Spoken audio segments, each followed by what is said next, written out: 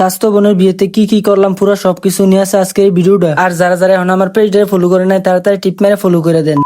আসসালামু আলাইকুম এভরিওয়ান, আশা করি সকলে ভালো আছেন। আলহামদুলিল্লাহ, আপনাদের দোয়া এবং ভালোবাসা আমি অনেক অনেক ভালো আছি। কিছুদিন ধরে বিয়ের দাওয়াত খাইতে খাইতে আমার মাথা হয়ে গেছে গা নষ্ট। নিজের বিয়ের চিন্তা বুকের ভিতর কি কষ্ট।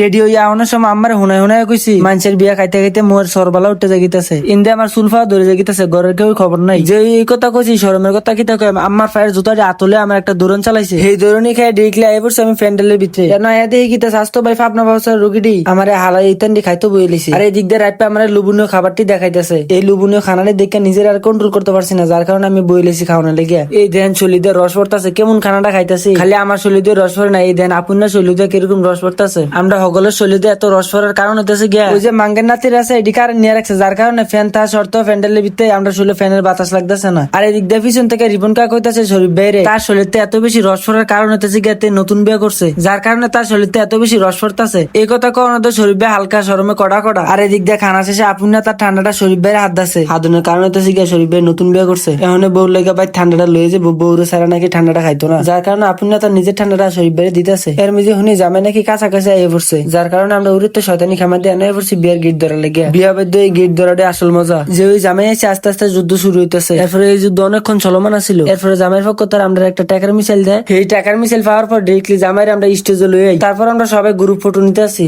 এরপরে আর কি দুলাবের খানা শেষে হাত ধোয়ানোর সময় আবার ধরলাম সাদার লাগে। এরপরে এই জায়গায় মোটা অঙ্কের একটা টাকা পাই হাত ধুয়ে দিলাম। তারপর আর কি এদিক দিয়ে কাজে আইয়া বিয়ের কাজ শুরু করে দিল। আলহামদুলিল্লাহ বিয়ের কাজ শেষ হওয়ার পর হুজুরের দোয়া পড়াইতেছে। তো আজকে ভিডিও পর্যন্ত দেখা হবে অন্য কোনো ভিডিওতে। আর হ্যাঁ, ভিডিওটা ভালো লাগলে লাইক কমেন্ট শেয়ার করতে ভুলবেন না।